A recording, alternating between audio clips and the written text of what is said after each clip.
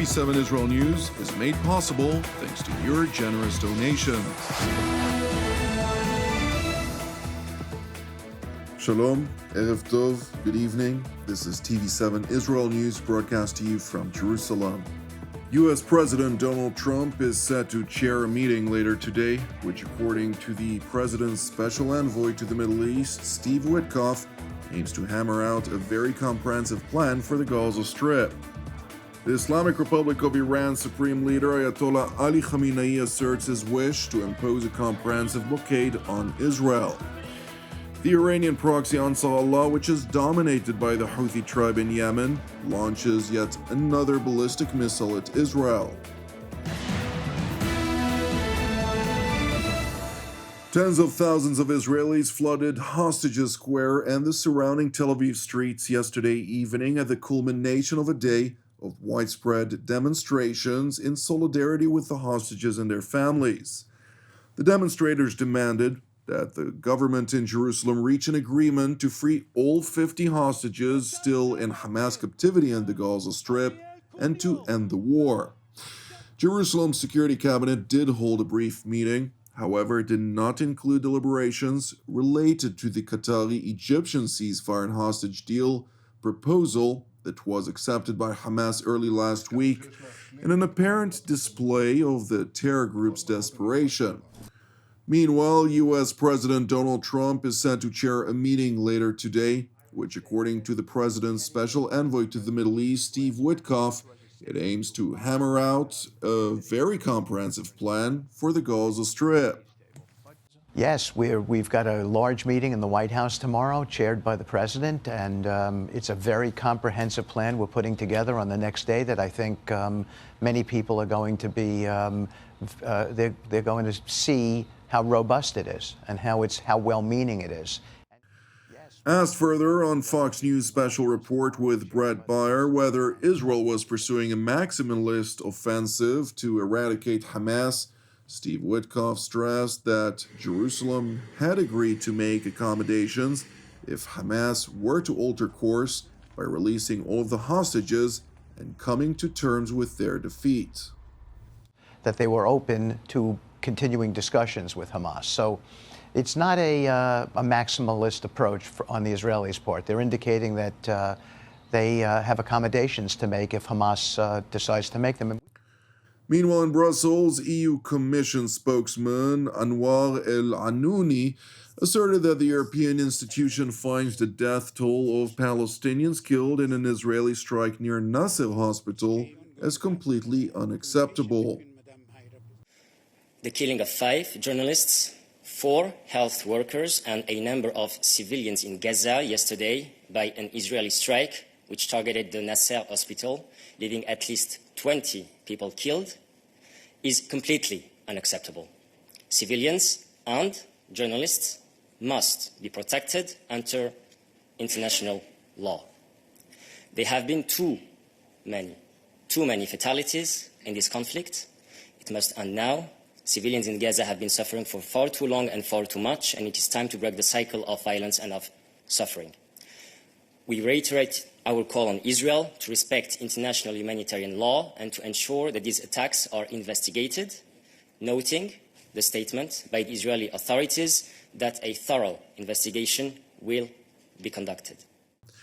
It is important to highlight that while Israel had publicly voiced regret over the loss of civilian life, an initial investigation revealed that the reason the attack near the hospital took place was because the Islamist Hamas had installed cameras overseeing an area where IDF conducted operations and through which the terror group directed attacks against Israeli forces.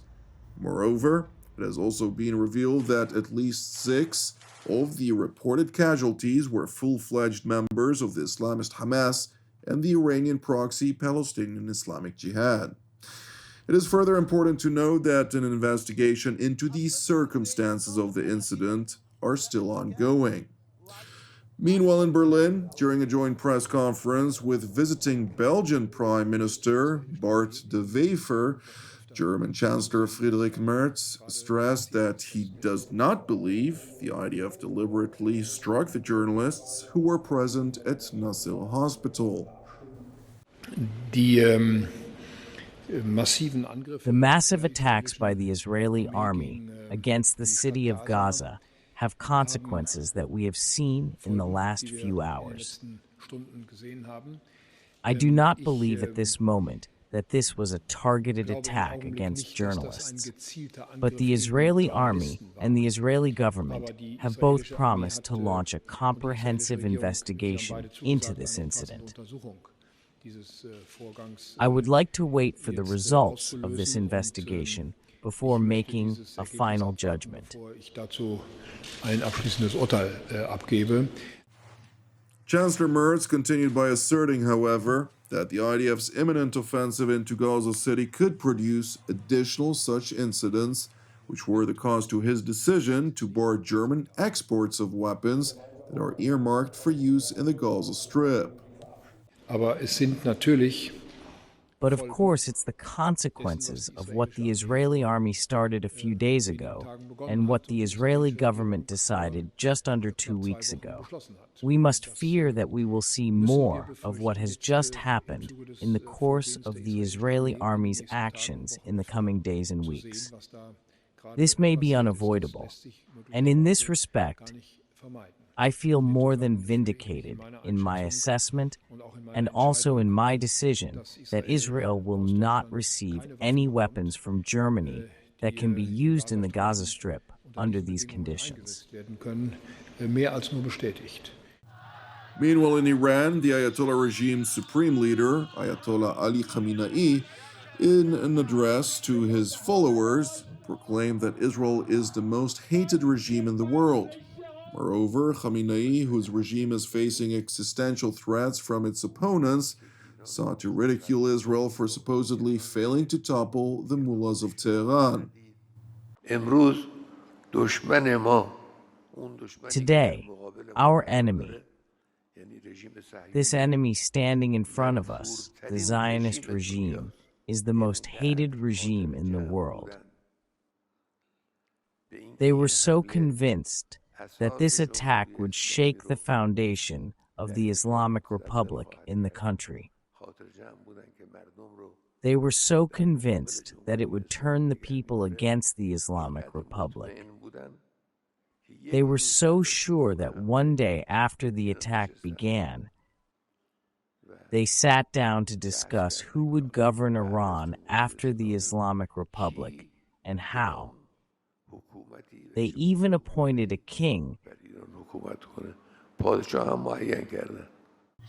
Ayatollah Khamenei continued by accusing Iranians who were calling for the Islamic Republic to negotiate with the United States, for the Ayatollah regime to stop chanting "Death to America," of being superficial.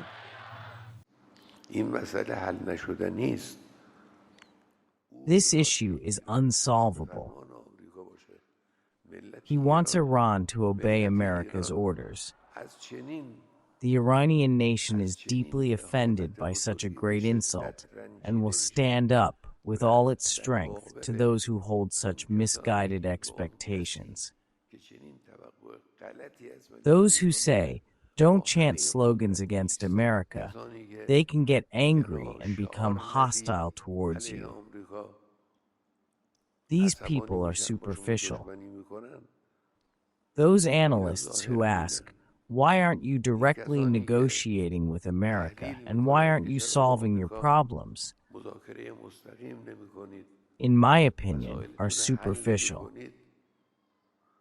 That is not the essence of the issue. The leader of the foremost global state sponsor of terror continued by emphasizing the importance of imposing a full-fledged blockade on Israel. The paths the Zionist regime is getting help through must be blocked. The paths where they get help must be blocked. What the brave people of Yemen are doing today is the right thing to do. It is important to note in this context that the Iranian-proxy Ansar-Allah, which is dominated by the Houthi Tribe in Yemen, had launched yet another ballistic missile toward Israeli territory before dawn this morning, during the course of which over 1 million Israelis were forced into bomb shelters. Nevertheless, Israel's surface-to-air capabilities successfully intercepted the missile before entering into Israeli airspace, and thankfully, no injuries or damage were reported. Thank you for watching TV7 Israel News. As ever, please keep praying for the 50 hostages, to include up to 20 of whom are alive, who've now endured 691 days in brutal Hamas captivity in the Gaza Strip.